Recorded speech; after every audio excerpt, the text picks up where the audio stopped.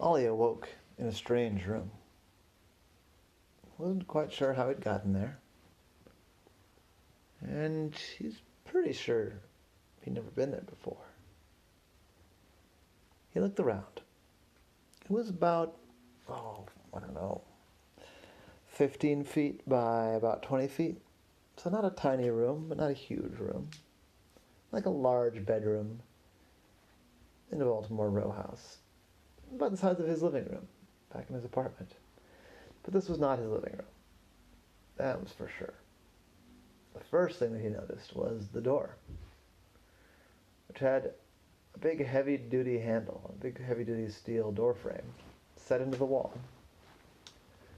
And on that handle there was a keypad, like you could put a combination in, and a keyhole. Well, he went to the door, and as he figured, it was locked. He couldn't get it open. So he looked around and see what else he could see. The room was lit by a ceiling fan light fixture. And this one was one with two chains. One to the light, one to the ceiling fan. And the ceiling fan wasn't on. He looked over, and near the door there was a light switch, a single light switch. I looked over and flipped the light switch, and it turned off the light. So that part was straightforward enough. Then in there was a small cot, like a small bed. There was two large bookshelves, all full of books. There was a poster of a rock band, of the rock band Kiss, to be more specific. There's a desk. On that desk was a couple of pads of paper, a pen and a pencil, an eraser and a stapler. And then there's a smaller bookshelf next to the desk. It didn't have any books in it. It was empty. Sitting on top of it was an old, timey-looking oil lamp. Next to it were oil and a match. In the other part of the room, in the last wall of the room, there was a comfortable-looking couch, a television, a remote control, and a little mini fridge. The ceiling was white and plain, other than the ceiling fan, featureless. The walls, similarly, were gray and mostly featureless. There was a chair rail going around the room at about the 3-foot level, and the chair rail was painted black. Above the chair rail was a light gray. Below the chair rail was a dark gray. The trim on the floor, the baseboard, and the trim around the door were both black. And the floor was an inoffensive but unimaginative gray-blue tight stitched carpet. Not, pleasant on the feet, but not uncomfortable, just kind of neutral, like you might have in an office.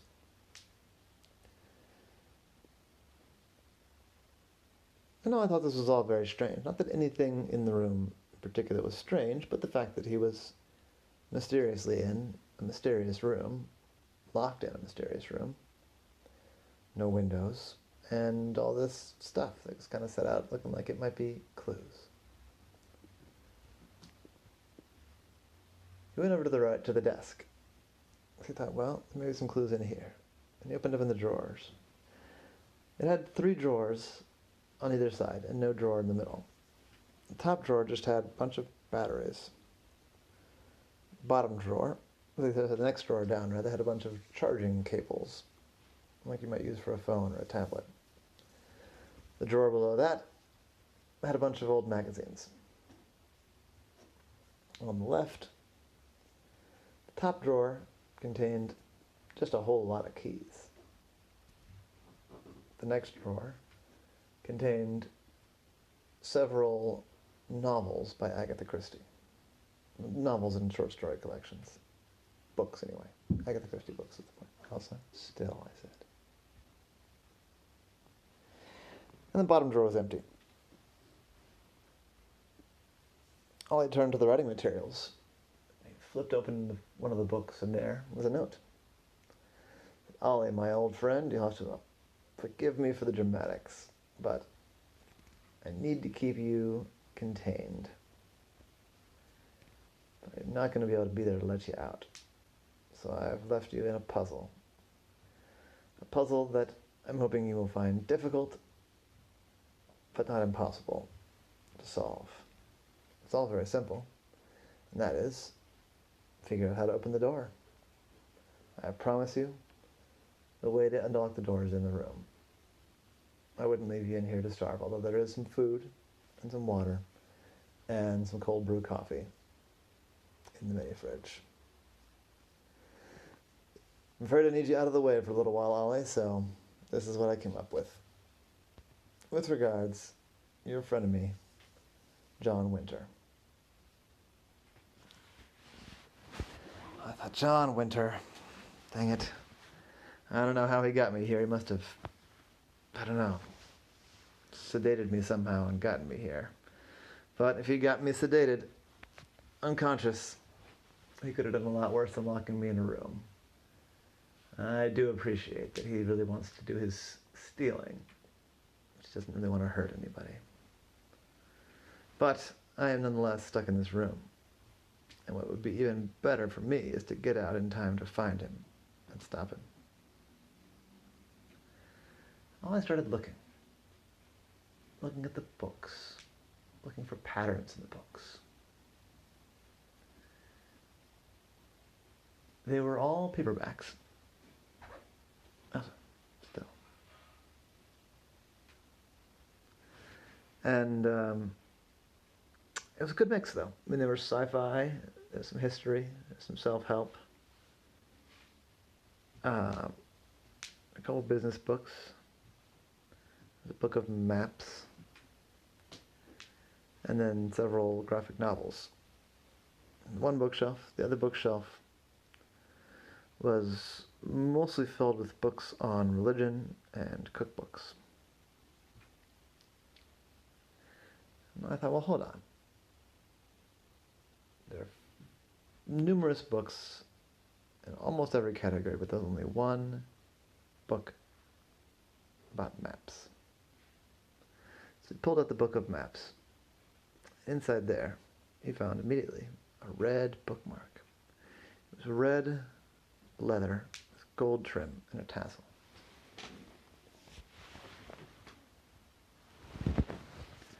On the page of the bookmark,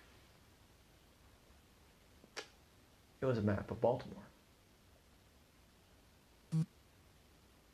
It's not circled exactly, but pointing, and then there was a circle.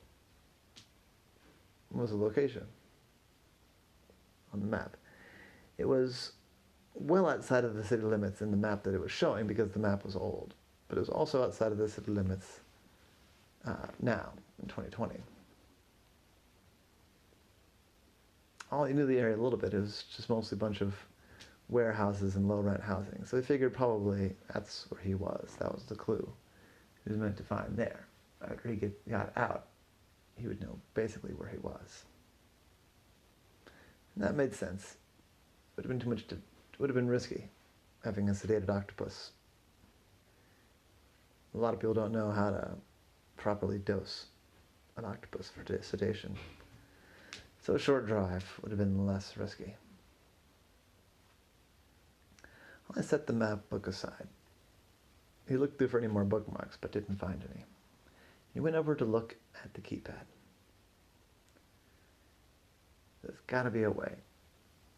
There's got to be a way to figure out the combination from what's here. It's a pretty standard keypad. 1 through 9, and then 0. Instead of a star, excuse me, and a pound sign, there was just a button that marked enter. Ollie looked very carefully. If he looked very carefully, he could tell that some of the buttons were a little more worn than the others, like they'd been pressed a lot of times. They were 7, 9, 3, and 1.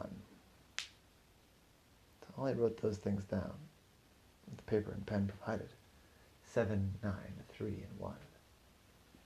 He went back to the bookshelf. He looked all over it for things related to 7s and 9s and 3s and 1s. And there were a few. So he collected them up and put them out on the couch and looked at them. Tried to put them in order. 7, 9, 3, 1. And then he realized he didn't know the order. That didn't make a whole lot of sense. What could make sense? But they weren't all... It would have been easy if they had all been in a series or something, if they'd all been by the same author.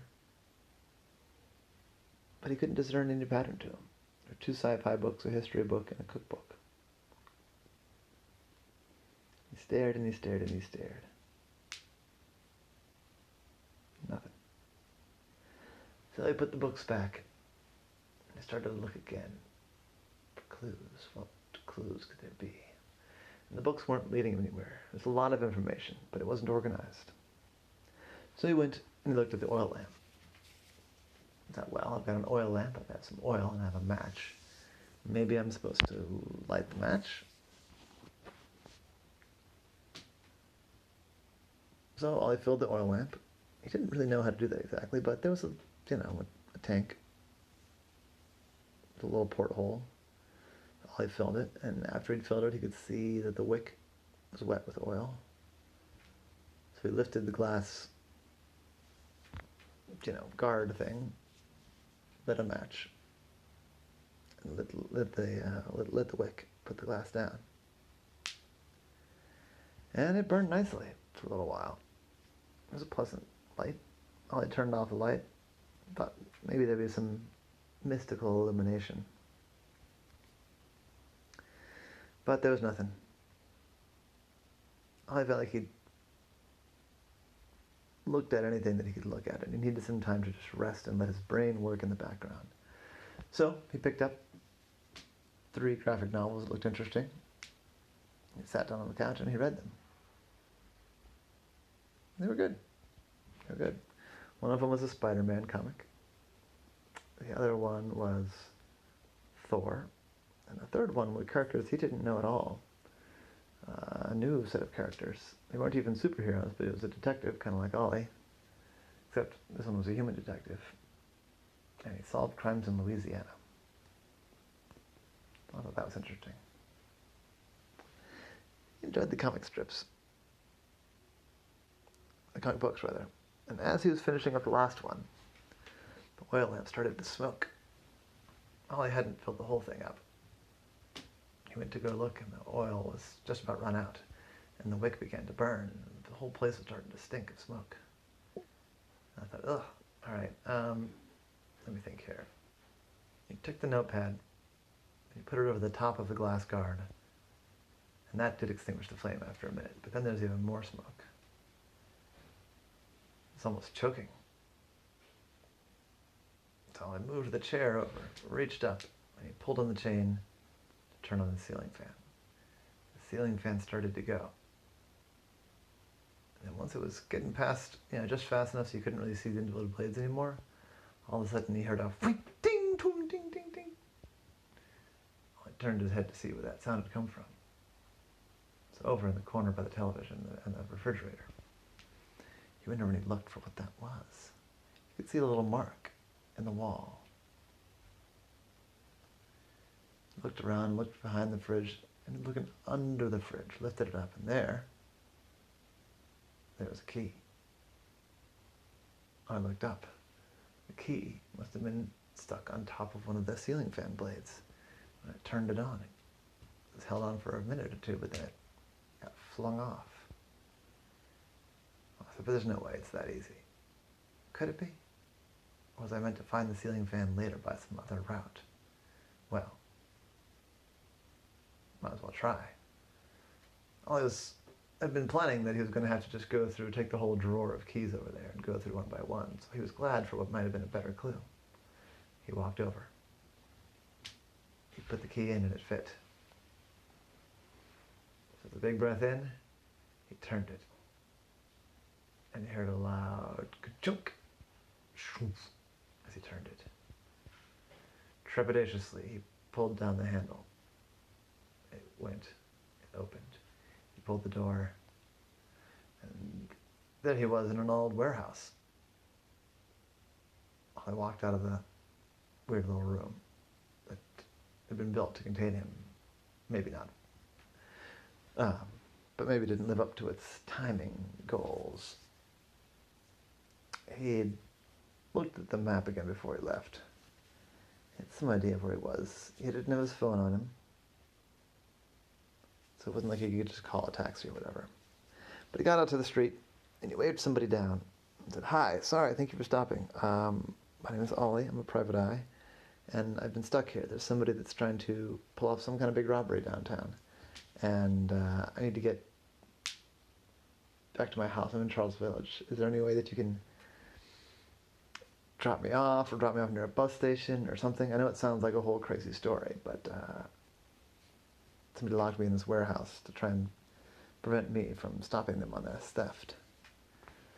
And the guy said, "Oh, yeah, I mean, a lot of times that would sound like you're a crazy person just making up a story to get into my car, but if you've been stuck in that warehouse and you didn't hear the radio." I said, "The radio?" He said, "Yeah, there's a huge theft of jewelry from one of the big jewelry stores downtown. They got diamond earrings and necklaces and the whole 9 yards. Happened, only about an hour ago."